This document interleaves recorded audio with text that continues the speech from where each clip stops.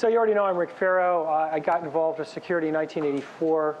And really, after all these years, it's been getting rather depressing because you keep seeing the same problems over and over again. Also, I kept writing about this stuff, and finally I said, well, I should do more than just write. People don't seem to be paying enough attention. So I came up with this talk. Okay, I've given this talk for Bay Lisa, at Usenix in Boston, at Apple last Friday. They really need it. And I thought that this would be a good audience. Now, I originally planned on this being 2 hours of lots of audience participation. Then I was told this was supposed to be a 1-hour talk. All right, so we have leveraged 90 minutes. So there can be some audience participation, especially after you get about past the halfway point. You'll notice that there's places for you to intervene and share your experience. And that's important because I want to get something out of this talk as well. So obviously security is broken, right? This is not a mystery. We really know this is true. The really bad thing is that we have accepted that security is broken. And that's what's unacceptable to me. We just go, oh well, so what? 2/3 of all desktops are owned, right? They have some kind of malware installed on them. Hundreds of thousands of bots out there. Monthly security patches are just the norm. It's not anything special at all, right? You expect that on a certain Tuesday in the month, Microsoft is putting out security patches. No surprise. Applications rely on layers of software. Now, I'm going to get into this much more deeply in the next couple of slides. But I think the scariest thing of all is that web browsers, by design, expect to execute remote code. Right? So you browse the web, you visit some site, and what do you get? Who knows? Who looks? And that's by design. And that's really scary. We have insecurity and depth. Take a current OS. Nice examples. FreeBSD, about 3 million lines of code just in the kernel. Linux, over 5 million lines of code just in the kernel. Okay, so those are nice examples. There are also third-party device drivers so that the people who are writing the code don't have necessarily total control over what goes in their OS. Not so much of Linux and BSDs, but with other vendors like Apple and Microsoft. Multiple APIs as well.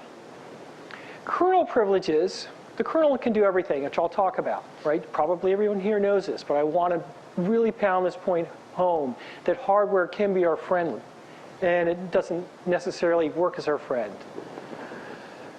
Kernel privileges get extended via services that run with privileges. Anything that runs as a local system under Windows, things that run as root under Linux. This is an extension of kernel privileges. So now we have taken our kernel, which is already way too big, and we've made it even bigger, many times bigger than the 3 to 5 million lines of code. If all we have is 3 to 5 million lines of code in kernel, at 3 to 6 defects per 1,000 lines of code, which is a reasonable amount, we're talking tens of thousands of defects. Do you think we'll ever find them all? Huh. So perhaps things will get better over time. Much work has been done to improve security over the last several years. We have Microsoft's Trusted Computing Initiative, right? Launched, I think, in February of 2000.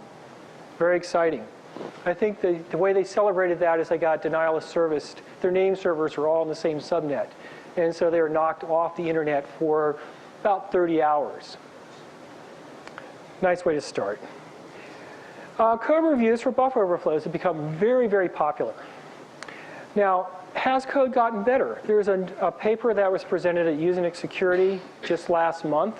2 months ago now, time flies, by Andy Osmond and Schechter that show that OpenBSD has gotten better over time, that they actually have been able to remove a fair number of flaws from the system. And they're seeing a slight decline in the number of new vulnerabilities found. So yeah, it's possible. Let's pick something that's really popular, something that we've been looking at for many, many years, buffer overflows. How many years have buffer overflows been around? First discussed inside the NSA in 1974. First practical example, 1988, the internet worm. Woke up a lot of people. So it wasn't until 1996 that this became really popular when Aleph 1, better known today as Elias Levy of BugTrack, wrote a very nice paper called Smashing the Stack for Fun and Profit. Really explained this in details that a freshman student in college could understand. How could he do this? He was teaching freshman computer science at Berkeley at the time. Okay, there have been other explanations of this. It just hadn't worked. He succeeded. Then we started seeing the buffer overflows. So, how do you get rid of this? Well, first thing you can do is very, very simple tools. Tools like grep, right? Look for string copy. Look for getS. And where you find those things, remove them. So that's the first thing you do. I don't know how much Microsoft paid for their tool. And you can be sure it wasn't grep. Next, software that checks for stack corruption. This was invented, well, more or less invented by Crispin Cohen and his friends in 1998. And it was called StackGuard. StackGuard is where you use a canary. You put a canary on the stack. A canary is just a secret value. It's known by when you run the system, when you run a program, the function call preamble, as part of its work to set up a function call, puts the canary below the return address on the stack. So anything that tries a buffer overflow and replace the return address will theoretically overwrite the canary. Now, from that, Microsoft came up with some similar but not the same scheme. Of course, they'd have to, it's hard to license open source so other people can't use it. So they had to come up with a different scheme, but that's been broken as well.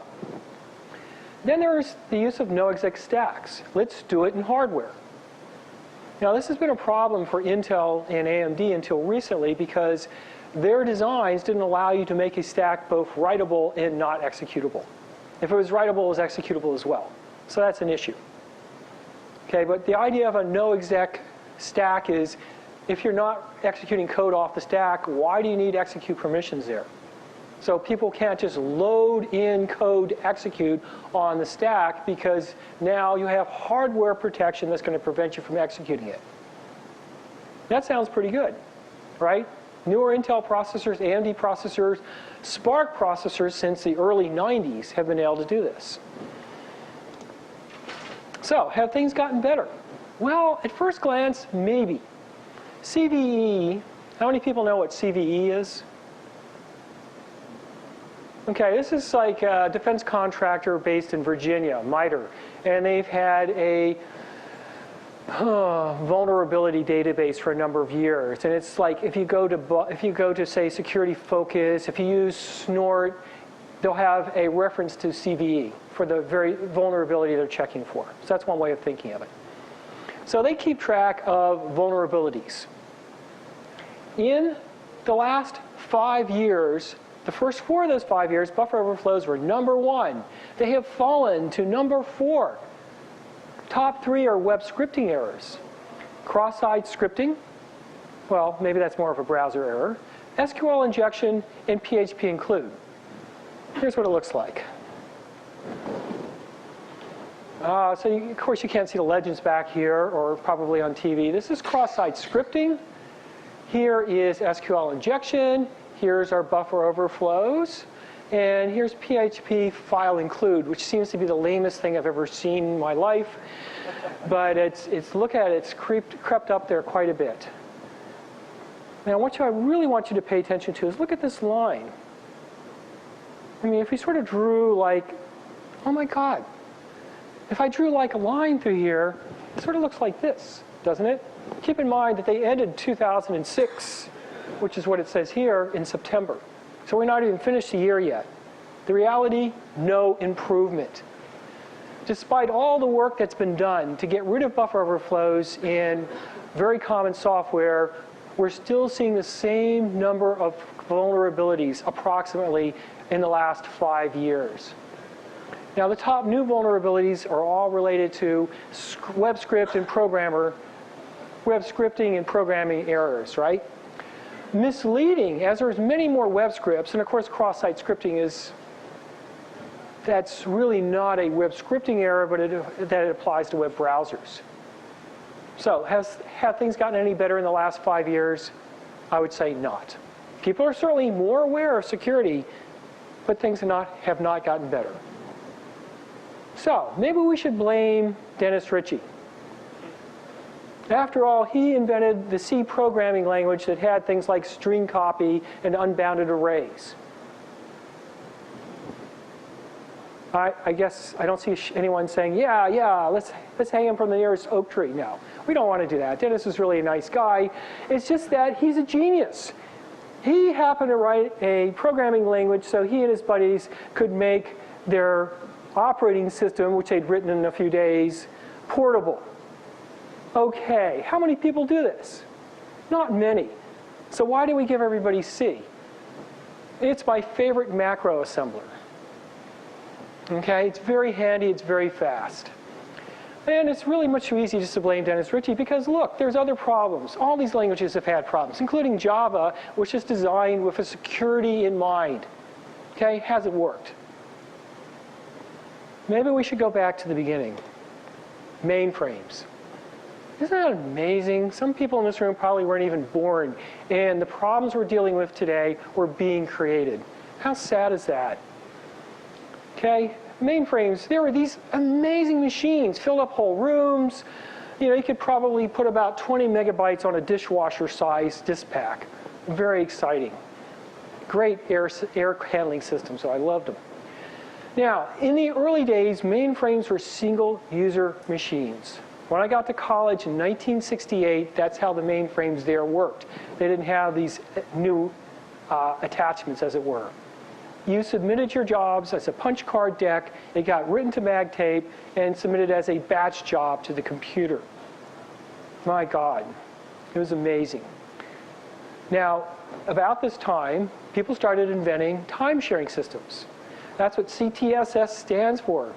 Computer Time Sharing System. Woo, wow. Multics, 1965. Okay?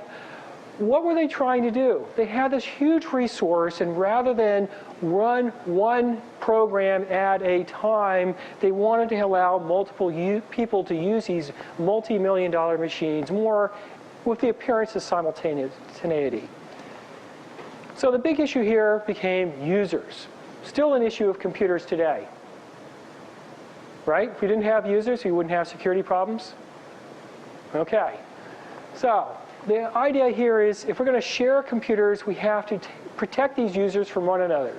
We can't have a user's process crashing the entire machine or affecting other people's processes. We also want to give some kind of protection between online storage. If I can't read your files unless you let me. So those were the two main goals they were looking at in the 60s when they were inventing time sharing. Now, to do process protection, they're going to use hardware. And two different schemes showed up. One, segments in the GE 635. Okay, now segments were more like memory map files than segments that you might be familiar with in Intel processors. Right? It wasn't just a file offset. It was like a set of what we consider pages today. In the IBM 7095, they use what we're more familiar with, which is, if you know about virtual memory systems, you know that they work on a page base. That is, whatever the page size is, say it's 4K or it could be 4 megabytes. When you run your process, a certain number of pages are allocated to your process. Their process is allowed to read memory only in those pages. If it tries to read memory outside of those pages, what happens? What's that famous error message? There's actually two of them. Segfault, segmentation violation. Okay, and that's hardware. Hardware actually says, oh, look at that. Try to access memory outside of one of its pages. End of program. Stops running. Okay, this is done in hardware. Now, there's one exception to who gets page faults. The way our computers are designed, our CPUs are designed, they have something called rings. Intel chips have 4 rings. Anything that has any kind of security has at least 2 rings. Now, we do have some embedded systems that don't have rings, right? Ring 0 means you are like, it's like Lord of the Rings. You have total control. One ring that rules them all. So ring 0 can read or write anywhere in memory. No restrictions. Remember where I talked about that in security in depth? If you can get inside of ring 0, you can do anything. Now, what about the users? The users needed file protection.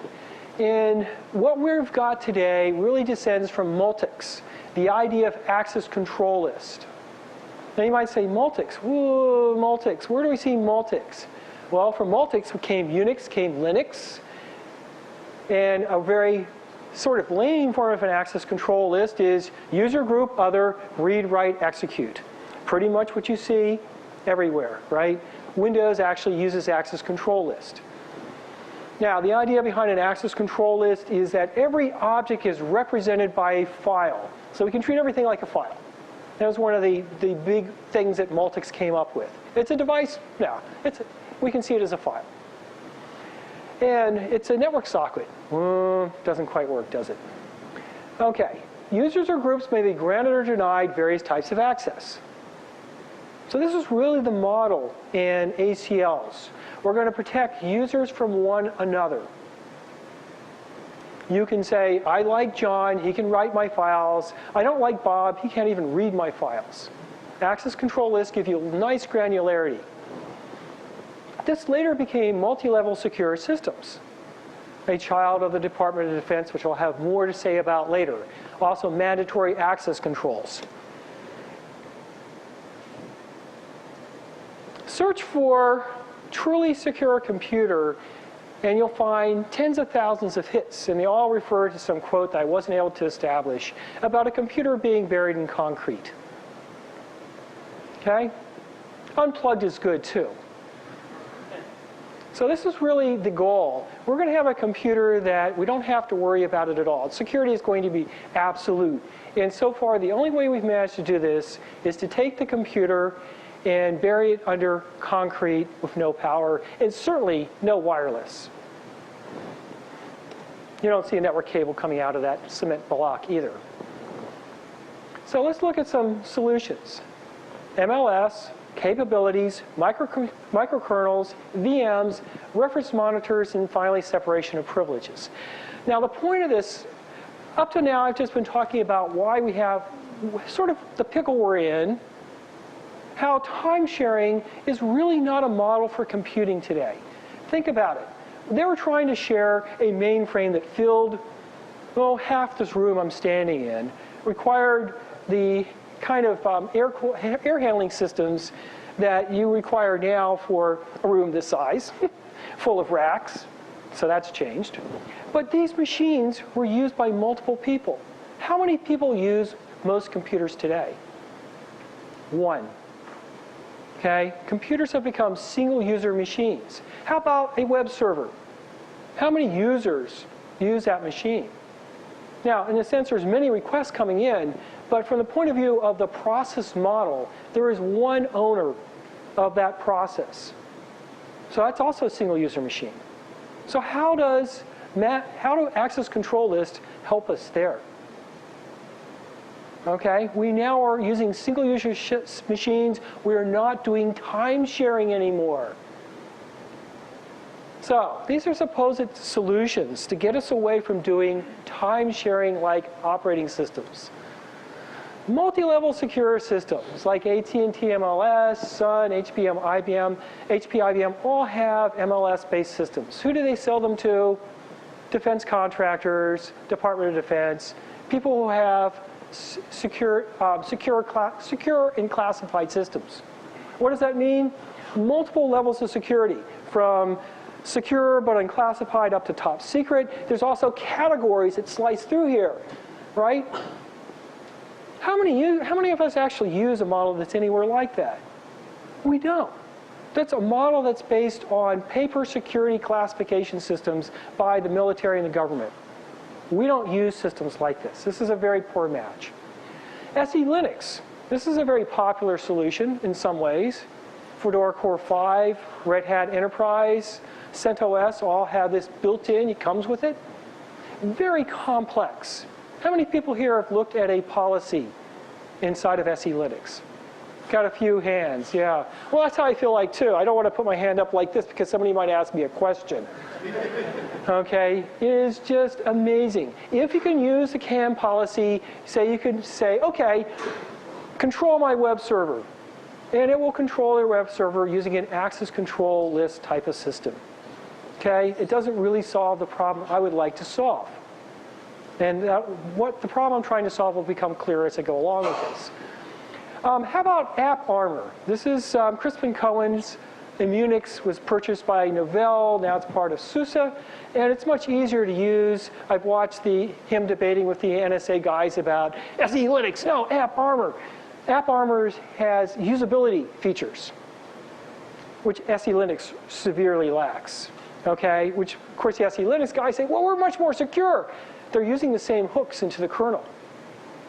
If you can't use it, is it more secure? Well, maybe it's that cement block we were talking about.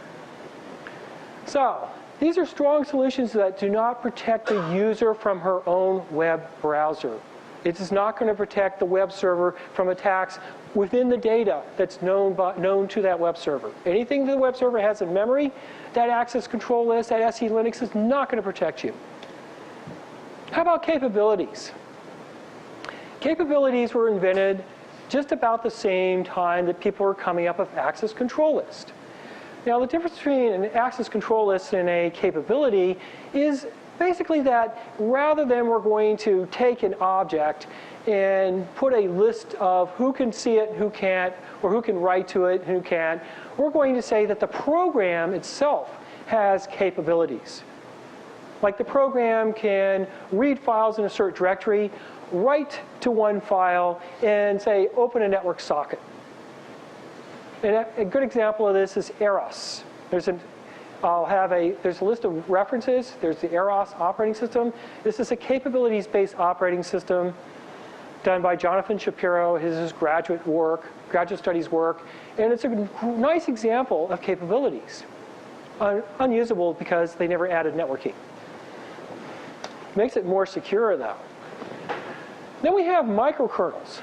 Microkernels are supposed to be minimalist operating systems that just perform in the kernel a very minimal set of operations. In fact, what are these operations? These are those operations that you have to do in ring 0. Memory management, thread management, inter-process communication, everything else gets farmed out into user space. So we've managed to move all the cruft out of ring 0.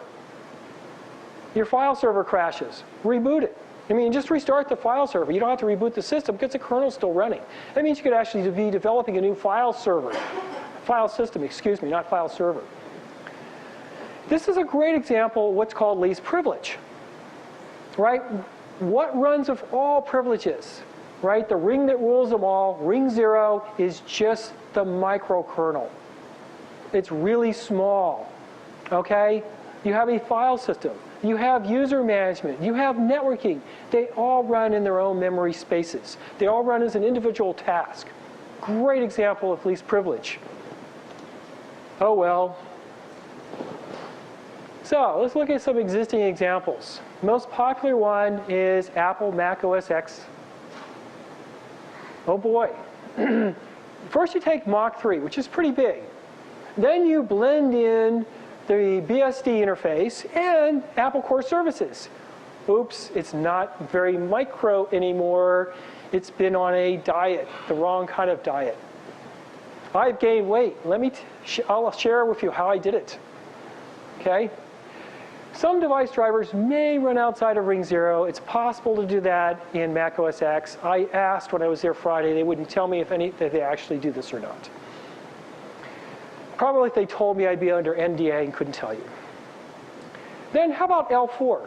L4 is a real microkernel project. And it's a real microkernel. It's just 4,000 lines, mostly C, some assembler. So it's a great example. In order to make it useful, they added the Linux API on top of it. So now we have about 400 system calls. Networking stack, how many file systems? It's not small anymore. Oh, well. Minix 3 comes the closest. It's a real microkernel, runs device drivers as services, and includes capabilities. So you can run a device driver as a service. There's sort of a problem there because device drivers need access to memory. The way Minix 3 handles this, it says, okay, this device driver has the capabilities of reading these things in memory, writing these bytes in memory, and so on. So it has least privileges, it has fine granularity, and the API is outside of the kernel. It runs X, it has networking. So if you want to look at a nice microkernel model, this is the one I'd recommend taking a look at today. Oh, by the way, you can run it in a VM if you like. And it's small. Now there's a hybrid approach. I didn't mention this in my Apple talk. Yeah? So why do people abandon the microkernel approach? I mean, so I was working on ACR4 in the early 90s, and I was fortunate to talk to somebody who understood operating system design. And the explanation I got was that microkernel performance sucks because you keep crossing the boundary of permissions, and it's very expensive to do so for every call you make. That's right. Or service. There is a real problem with microkernels, or let's say a real perceived problem with microkernels. And the problem is, yeah. Essentially what you said is you were working with System 5 Release 4 in the early 90s, and you were exposed to microkernels then, and they essentially died, and the reason they died was there were performance issues. And there really are performance issues, and can I write somewhere? Maybe... Wipe the whiteboard, I guess. Well, it doesn't matter. I can't find a pen. You're going to have to just do air drawings. User process, my head is the microkernel. Okay? So we go from user process A, IPC, context switch into the microkernel. Microkernel then context switches back out to user process B. User process B is, say, the file system.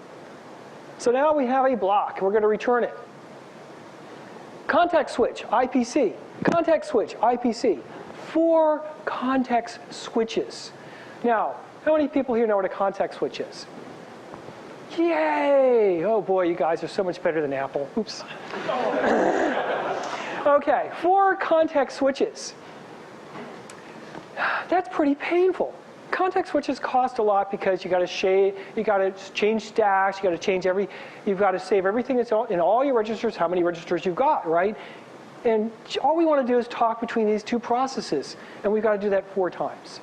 Now there's a way around this, I believe, and I'm going to save that for later. But thanks for the question. Well, I got this in my hand, so I don't have to hold my hands up again. A, B, MK for microkernel, or well, I'll have to call it MK instead of, right? In here, out here, in here, out here. 1, 2, 3, 4 context switches. That's the pain. Okay, it looks like it's a great concept. I like the concept, but so far it hasn't worked for really 2 reasons. One, people consider the context switching too painful.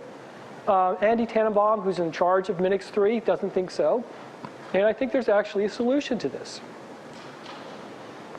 So the other thing about the microkernel is, how do you use it?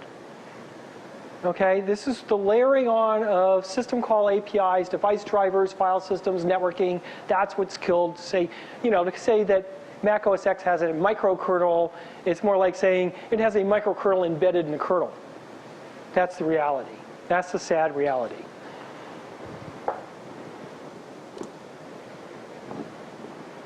Did I miss something there? The hybrid approach, yeah. Okay.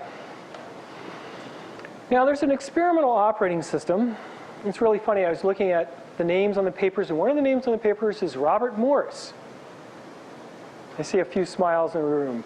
Robert Morris wrote The Internet Worm to show us how insecure we were in 1988. Boy, we've come a long ways, huh?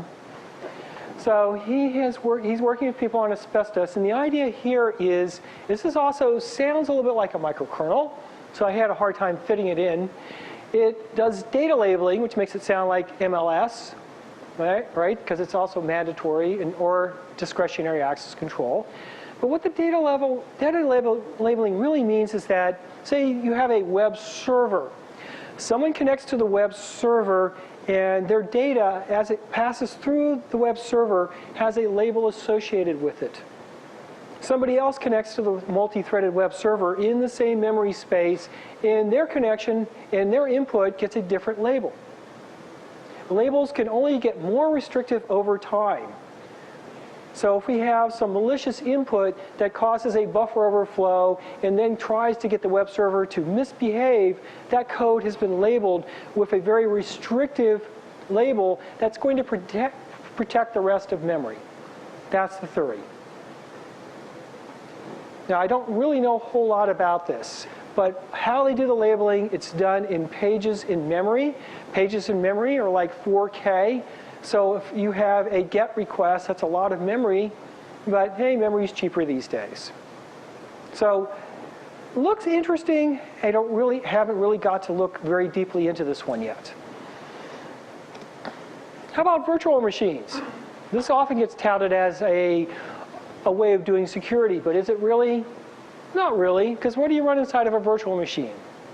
A copy of an operating system with all its flaws and weaknesses and insecurity and depth. What we get out of virtual machines is the ability to replace it. If it gets compromised, you just put in a new image and start over again. You have isolation between VMs. That's nice. That's actually getting better because Intel and AMD are actually giving you hardware hypervisor support.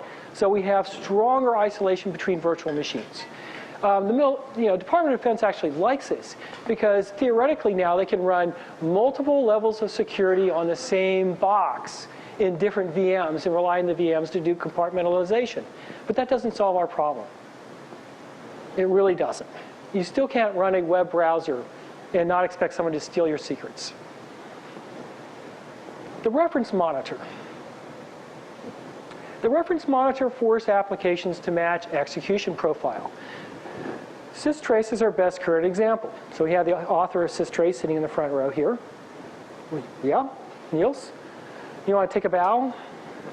No, I didn't think so. Okay. I didn't just put this in here because I knew Niels would be here, by the way. I like the idea behind Systrace. Essentially, you can use a tool to create your profile. Boy, that beats the pants off SE Linux, right? Which you can put in logging mode, and then you have a mess which you may be able to convert into some kind of a policy after a while. Essentially what Systrace does is it captures system calls. When it captures the system calls, it canonicalizes path names, so people can't play games of path names when they're trying to access objects. The profile that it creates is simple enough that you can actually hand edit it. It falls into the category of stuff that I like, say Python versus Perl, where if you start reading Python and you've seen the programming language before you understand it. If you start reading Perl, if you don't know how Perl works, you won't understand it because it's not all there. Same thing with the profiles here. The profiles are easy enough to read. If you understand what a system call is and what a path name is and what a network socket is, it's going to work for you. So that's very nice. Okay, but it doesn't really have the granularity that I'm looking for, right? Because I still can't protect a web browser user from herself. Oh, one other thing I should mention about reference monitor. Exceptions may be handled without killing the process. Now, it's only if you're using it interactively, but most of our other solutions we talked about, like things like StackGuard, right? There's a violation or it kills the process. That's how it handles it. Oh, I'm sorry, you did the wrong thing. Whoa, bad. Yes? So Rik, I have to speak up in defense just a little bit. Yes, go ahead. So the way that I run the browser... Oh, you're really close. Could you use this so I don't have to try to repeat what you're saying? Is it on? I turn it on. Okay, just a quick sentence in defense of Systrace, just because I'm sitting here. So the way that you would like to run a web browser under Systrace is to put a very restrictive policy on it, and then because the web browser is interactive anyway, you get the Systrace policy notifications out of band of the real web browser process, and that way, if you do something that you would expect to lead to a file being written somewhere or a file being read somewhere or a network connection being opened somewhere, you sort of get this notification out of band of the web browser and you can OK it. And when you get the notification that you didn't expect, then that usually means that something went wrong and you can just deny it out of band from the web browser again. And that sort of gets you a little bit closer to where you want to be. Thank you. So I don't have to repeat that. Now, what I think of the problems with that are, number one, have you ever known of a user who got a dialog box that said, cancel or continue? What do? Continue.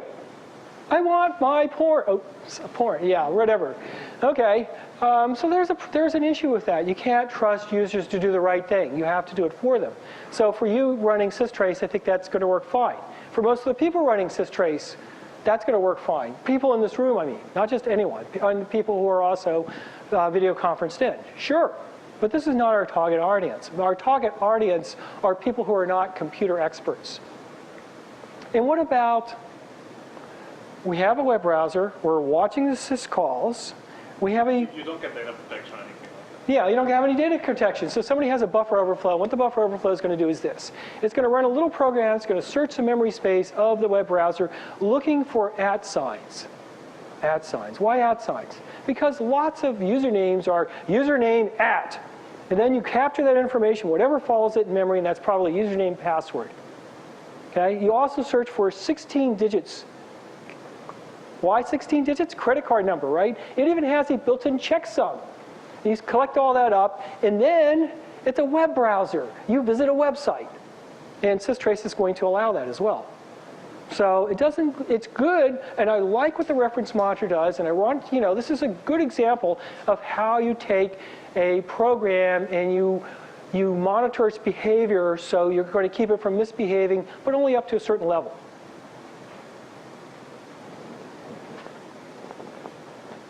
Now, separation of privileges is something that we've danced around a bit already. The idea behind separation of privilege is to do divide and conquer. We're going to separate a service into smaller programs. Run most of these programs with minimal privilege. Privilege is granted only to programs that require privileges. Postfix as a nice example. Right? Postfix was written from scratch because Betsy Venema got tired of dealing with sendmail bugs. I mean, sendmail, think about it. 2003, 3 buffer overflows discovered, 2 in April, 1 in September. Exploit by LSD, very cool exploit by LSD for taking advantage of the buffer overflow. How long had that buffer overflow been in this open source code and nobody saw it? I'm guessing a little over 20 years. Okay? When it came out, I got the patch, looked at the, what's a patch, right? It's a diff file. So you could see exactly what's being modified. And what looked really interesting was the checkouter function. And indeed, that's where the buffer overflow was. Well, then I started hand-stepping through checkouter. Oh my God. Sorry, Eric. Eric Allman wrote SendMail as this is one of those things you do. You do as a student project because you're just not satisfied with your email server solution in 1981 or 82. It was never designed to be shared with tens of millions of people. And some of the code looks like that, including checkouter. Checkouter is designed to parse an email address, right? And what do you see if you look at the from line? From : line in your email, you'll see name, angle bracket, email address, close angle bracket. Okay, that's supposed to fit in 256 bytes according to RFC 28, I'm forgetting it, 2821 I believe it is. It's either 21 or 22. But the idea is this is supposed to fit in 256 bytes. And exactly 256 bytes are allocated for this on the heap, not on the stack. So Canary's not going to help you. Okay, so what was wrong is every time they saw a right angle bracket, they would, left angle bracket, excuse me, but I use my right hand for you. They would then decrement a counter, and when they'd see the right angle bracket, they would increment the counter, except they forgot to increment the counter again. That's what was missing. It was a very subtle error, and you really had to single step through it to find it. So you just sent pairs of angle brackets like this, and that would increase the length that you could then fill into the heap. You could overwrite part of the heap and take control of the program. Now, the actual exploit was sent as a very long data line. And so then you would find a file structure. Open file structures inside of a program actually have callback pointers. They overwrite one of the callback pointers, so when it went to read the file, it would actually jump into the routine that was stored on the heap. That was part of the email data. And what did they do with this? They opened a connection to port 25 at the IP address of the attacker's choosing. Port 25, that's what a mail server uses. Oh my God, what firewall? Okay, and then they exec a shell as root because SendMail runs as root. Okay, all of a sudden postfix is starting to look really good. Okay, simple enough to verify, everything is simple, and very little runs as root. You don't parse your email addresses while you're running as root. That's the point of that long story. And then there's other things like G.J. Bernstein's DNS and other things. He's such an annoying person to deal with. You know, it's sort of hard, but he does deserve mention at least.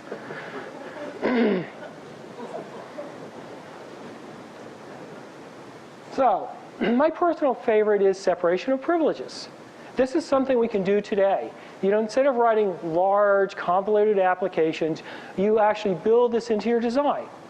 Right? You build modules that do limited things that require privilege, and everything else runs without privileges. And you keep everything as simple as possible. This is almost like capabilities, right? Because you write something that's all it's designed to do, say using postfix as an example, you write something that listens to port 25. Something connects to port 25. It does RFC 822, right? Hello, mail from, receipt to, data. And it saves that all into a blob, a file. Okay, then something else comes along and says, oh, look, there's something in the incoming directory. And it starts processing. And then there's yet another step in processing it before it ever gets forwarded to anyone. But the only thing that's happening at the root level is that initial, I'm opening a socket at port 25. That's it. Everything else is done as a non-privileged user. Now, how's it like capabilities? Each little program is doing something very, very simple. We're taking advantage of that this is a process. It's only allowed to read its own memory. It can't read anybody else's memory. It's still running as one single user, but what's happening here is we're actually spawning yet another process. So it's not perfect, but it's sort of like capabilities. So I consider this best practice with today's technology. Well, when I say anybody can do this, we're not all Betsy Venema, unfortunately. So here we get to the blue sky portion, and then we're going to finish on the original time schedule, it looks like. None of these solutions prevent buffer overflows, right? I haven't really solved the problem of running somebody else's code within my web browser without a buffer overflow, or with some kind of an exploit that's going to run my attacker's code of choice. The separation of privilege makes things easier because we've reduced the number of lines of code, right? Now we have simpler, smaller, more easily understood programs. Reduce the chance of a root compromise, right? Not as much as going on at ring 0. But it does not solve the web browser problem. If we could start over, here's what I'd like to do. Programs would be broken into small tasks. Each task runs within its own thread. So I'm talking really not lightweight threads that run within the context of one process. I'm talking about treating a thread as a true independent entity with its own memory space. So now I can use rings, I can use memory management to prevent it from looking at memory within other processes, other threads as I'm calling them. Each task is actually restricted by something, by a reference monitor, by capabilities. I don't really care. Since you wrote the task, it's really simple. You can say, this task is supposed to do this. Now, as an example, not so long ago, there was a exploitable condition in JPEG rendering. How often do you look at JPEGs? What do you use to look at JPEGs? Your web browser. So somebody could send you a picture, or you could visit some site that had a picture on it, that would then do a buffer overflow within the context of your web browser and own you. It could do anything you could do. Now suppose that JPEG renderer, which actually is one function, one functional unit, was its own task. It read from an input stream and had an output stream that would only write bits to your display. Now it can no longer read your passwords, your credit card numbers. It can't make network connections. It can't spawn processes. All it can do is do what it's supposed to do. It's a JPEG renderer. It's nothing more. Now, let's go back to our microkernel. Here's our microkernel. Here's our problem with the microkernel, right? We've got these 4 context switches going on. 1, 2, 3, 4. Now what's changing today is instead of having a microkernel that runs on one CPU, we now have multi-core chips. This is becoming common. You know, from the simple of having 2-core chips, we're going to have true 4-core chips by next spring. You know, Intel's going to fake it. They're going to put 2-core chips on one package and call it 4 cores, right? That's not really 4 cores in my book. This is not closely coupled, right? We're going to see multi-core. By the way, Spark already has an 8-core chip called the T1. So this is where things are going. We've miniaturized things to the point that we can have multiple complete CPUs on a single chip. So if we have a single chip, I'm going to hypothesize just because it's convenient, a 5-core processor. So I don't have to worry about any ever having to claim that I invented this idea, because no one's going to do a 5-core processor. Well, we'll see. And then I'm going to take my microkernel, and I'm going to always run it on one of these processors. Now, associated with this, we also have level 1 cache. Level 1 cache is designed to run at processor speed. The big problem with level 1 cache is, of course, having to do address translation, but since it's only going to be doing this one task, we don't even have to do address translation. This doesn't have to be very big. We could probably run it in, say, 16K. Not a whole lot of level 1 cache. Very doable with today's technology. So what do I win with this? What do I get out of this? I now have a kernel that does not ever do context switches. Somebody calls in, I don't have to change my context, right? I have my own register set. No context switch. I can do IPC with other running threads with no context switch. So now I've solved the problem that we used to have with microkernels. I didn't really solve it. Technology has solved this problem, right? Now we have the ability to have multiple CPU cores all running. Why not bind the microkernel, which is this little piece that just talks to things and has to run with privilege, to one of these cores? Yes? Well, if we're looking at this as kind of a client-server model where A is the client asking a service of B, then let's say you tied A to one of them, the kernel to another, and the B to another. Only one of those 3 CPUs would ever be doing anything. You'd have the potential for 3x the amount of work you actually get. What I would actually, okay, so the question was, if I tie A and B to cores as well, I'm going to run into problems. I'm not going to tie A and B to cores. But then you're still context switching on the core. Yeah, no, I'm going to be context switching on all the other cores except the one running the microkernel. So I can still do time slicing just the way we do just the way our operating systems run today. All I'm doing is removing the 4 context switches that microkernels involve. Yes? Well, what is doing the time slicing, etc. of the other cores? The scheduler. The scheduler runs as its own task.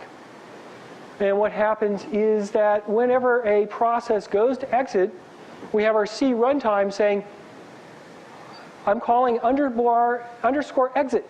I'm done. Right? Or say process B goes, I want to read the hard drive. So it communicates with A. A says, oops, I'm sorry, you're going to have to wait about 10 milliseconds for the disk, in which case we're going to have to talk to the scheduler and saying, this is going to wait too long. A is actually going to have to say to the microkernel, put this guy to sleep. Yeah? Well,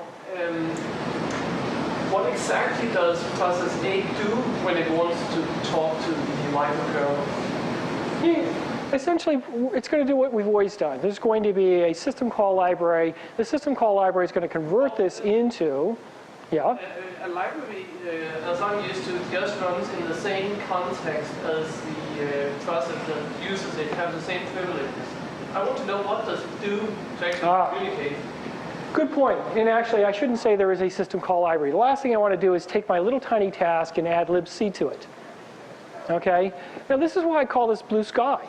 Because we'd actually have to be we'd actually have to have a new programming language to make this feasible, because we'd have to say, okay, I'm running a module, it has these capabilities, and here's how it's going to communicate.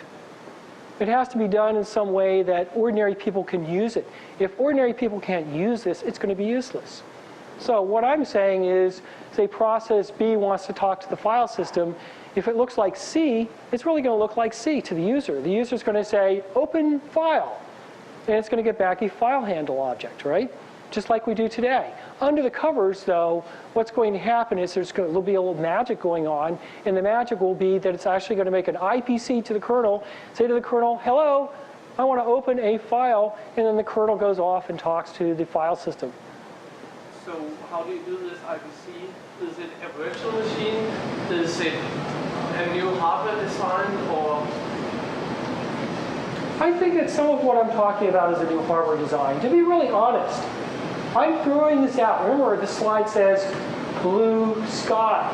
I don't have all the answers. Part of what I wanted to do is I've been thinking about this for a long time. I wanted the opportunity to come in front of a bunch of really bright people and say, look, I would like you to think about this. I'd like you to shoot holes in it.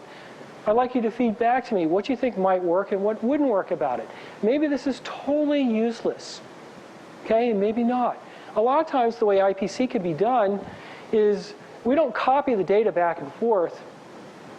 What we actually do is you say, okay, I read the block from the hard drive. It's here in memory. The microkernel, which manages memory, then maps that page of memory to process B. Now process B, with zero copying, now has the data that it wanted. Ooh, that's sort of nice. All that is page management software. Of course, I'm saying all it is virtual memory management. Boy, isn't that simple stuff, right? It's not simple, but I think this could be done.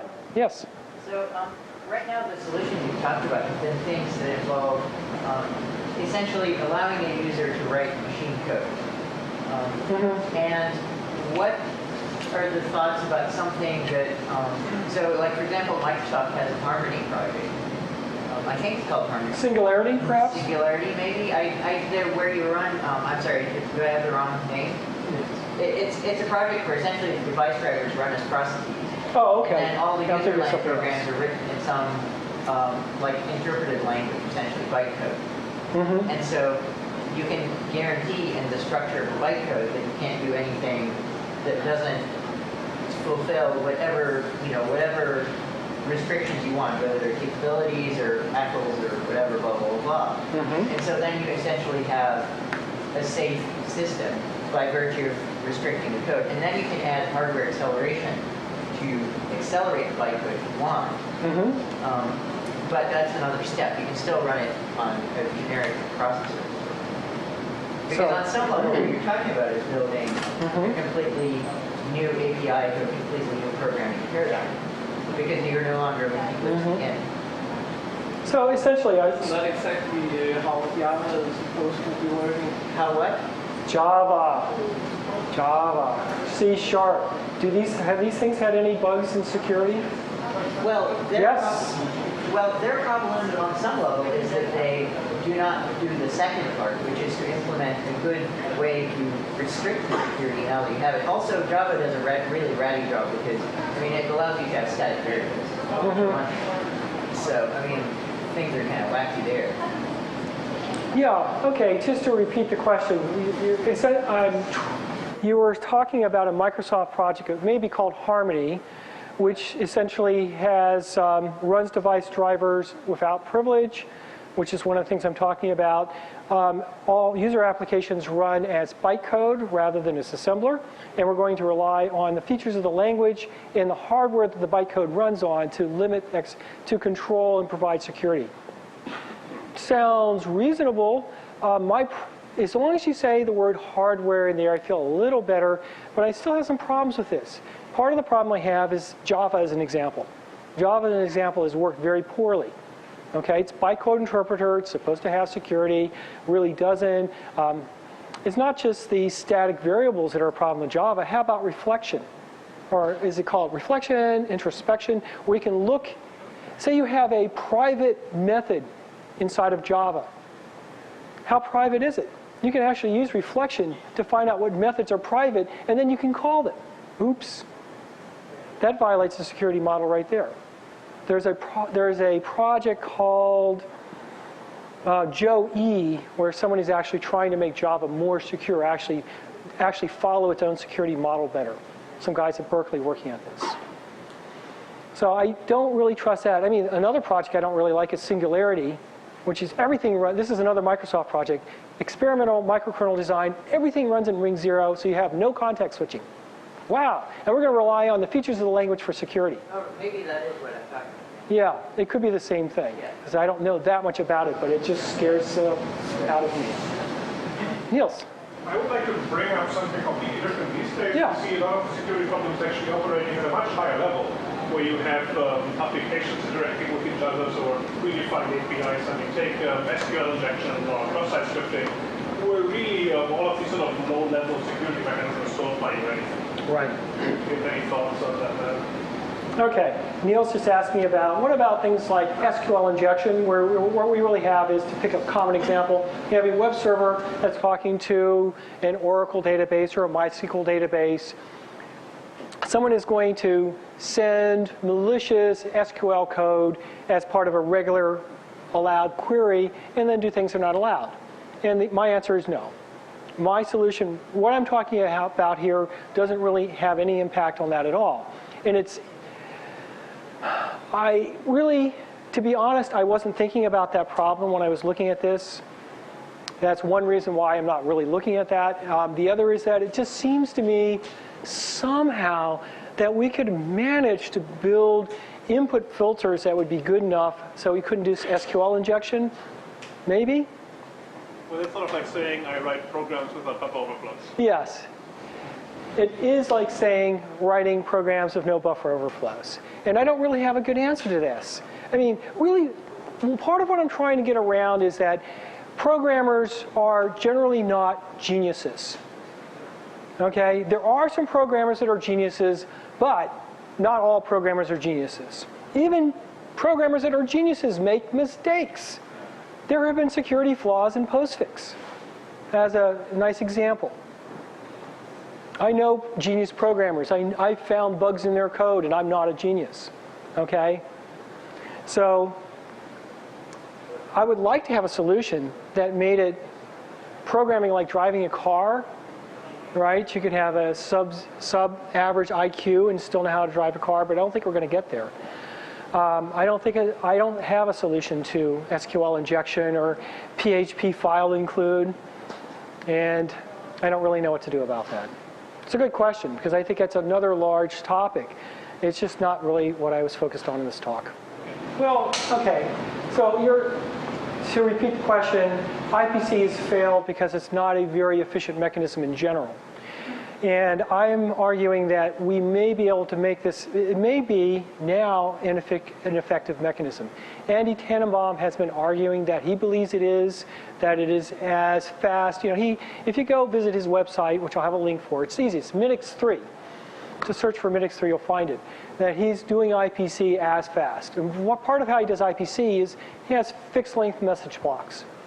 And he's doing tricks with virtual memory like I was talking about to pass the data back and forth. So is this really possible? I don't know. The other idea, I guess part of what got me on this thread as well was when I'd be talking to people like Jonathan Shapiro, who did Eros, or Andy Tenenbaum, who did Minix, and other folks, is if you could have your own CPU design, what features would you put in it? And they just said, I don't want to do that. I'm going, why not? Why not? We are still building the same CPU that was based on a calculator, the 4004, which later became the 8080. Okay? That's our design. Oh my God, this is awful. Why are we still we're going down the same road that we've been going down all this time.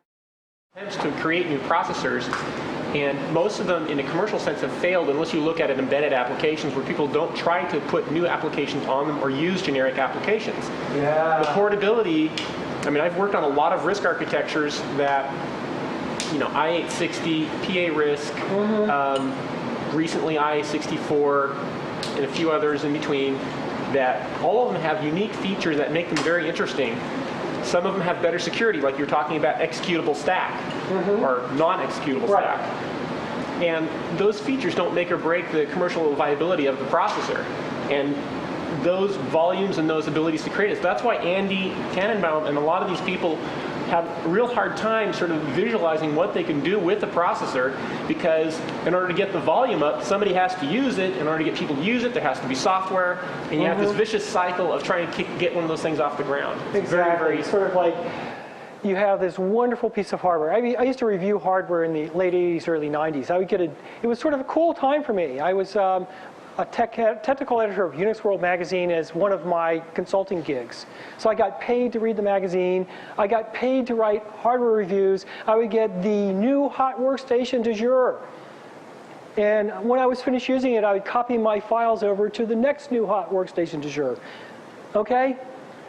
And the problem they all faced was applications. If you don't have that application base, you do nothing. I don't know. How are we doing on time? It's like 10, ~4.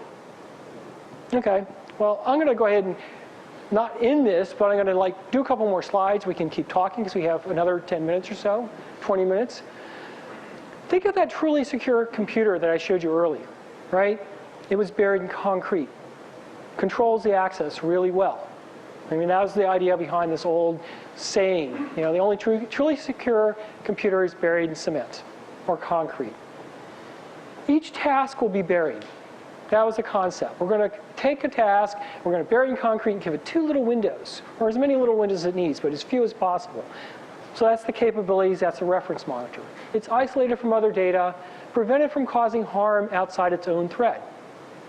That's what I'm suggesting. Now you can take that and you can use that today when you write your code. Think of least privilege. Right? Try to avoid writing huge things, especially if they have a large attack surface. What has a large attack surface? Anything that listens to a network software socket is a nice example of that. Anything that receives requests from anywhere. Web servers, great example. Another great example that really scares me is MDNS responder. You know, if any of you have looked at that. Bonjour. Very exciting stuff. I want to see this stuff compartmentalized. I don't want to see one giant C module that listens to the network and says, oh, I've got one of those. Here, you want it? And it's going to interpret things it's reading off the network. Okay.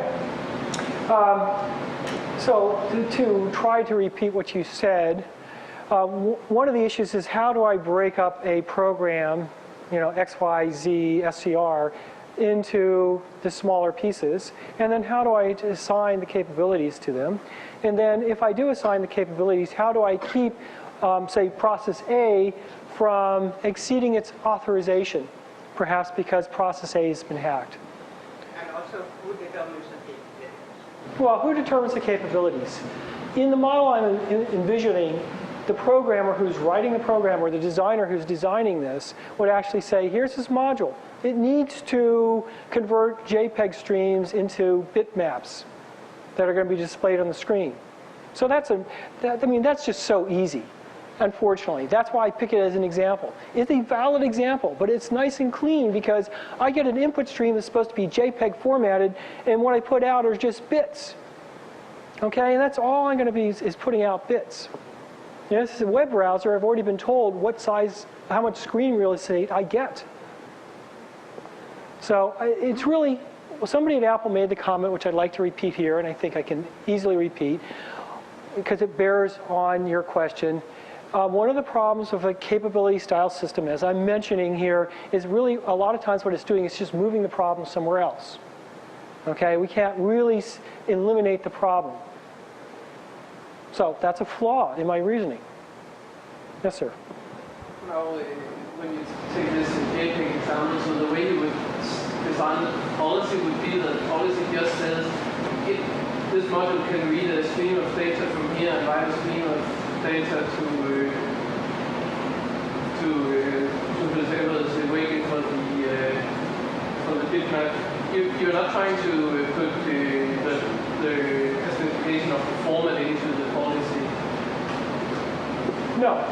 In this case, I'm just saying I'm expecting a stream of bits that I'm going to write out into this rectangular area of the screen. Now that's pretty safe. Now suppose what I'm saying is I'm going to be passing a stream of bits in here, and what this is a file converter. So I'm going to take PDF and convert it into HTML. Okay, so now I'm taking data in and I'm putting data out. How can I prove that the data out I'm going to create is not going to be harmful? Because it's going to be interpreted somewhere else down the line by yet another module that's expecting real HTML. So that's, is that sort of what you're saying? Well, the nice thing about converting a PDF to a bitmap is that the bitmap format is so simple. Yes. That it's hard to do wrong. Okay. Gotcha. Excuse me. Yeah, the bitmap format is really simple. That's why I say let's do PDF into HTML, which is something that Google Search does, right? You find a PDF file, and there's a button you can click and says, oh, read as HTML. So that means that you're running a converter, right? You're running a converter. Well, now what we've created is we're not creating a bitmap. We're actually creating HTML. And can HTML be harmful? Yeah, definitely. So if somebody figures out how to exploit your PDF converter on the right PDF file, now it's got to be an interesting enough file. Yes. Porn. It's the answer to everything, yes. Well, without knowing exactly how the converter works, I would say that this shouldn't be a problem because it's the HTML files is being fed to a system which should already be designed to handle arbitrary HTML files, however malicious they are. Yeah, well, I'm sorry. That doesn't seem to be the case today. And actually, we need to wrap things up now. So I'm going to have to leave you with those thoughts. I'm also going to mention that I put a page up on my home site. Oh, let me leave you with these thoughts. If security was easy, we would have done it already. If it could be bought, Microsoft would have paid for it, right? Oh, Google could buy it too, right? No problem. Solution will take thinking outside the box of history and look outside the cement block of the past. That's what I want to leave you with. I have 2 pages of references, and how you find the references I forgot to put in this. Ooh, isn't that clever? My website is spirit.com. So if you can remember the word spirit, then if you can remember the name Google, you put in spirit.com/Google HTML. It'll get you these references and a link to the presentation. So you can read it at your leisure. My email address is rik@spirit.com. It's on the slides. Send me email if you have more thoughts about this. I mean, if you say, that was really stupid, I want to hear it. If you say, I think I have a solution here, I really want to hear it. I want to hear both things. Because I really would like to be part of creating a solution, at least a part of this problem.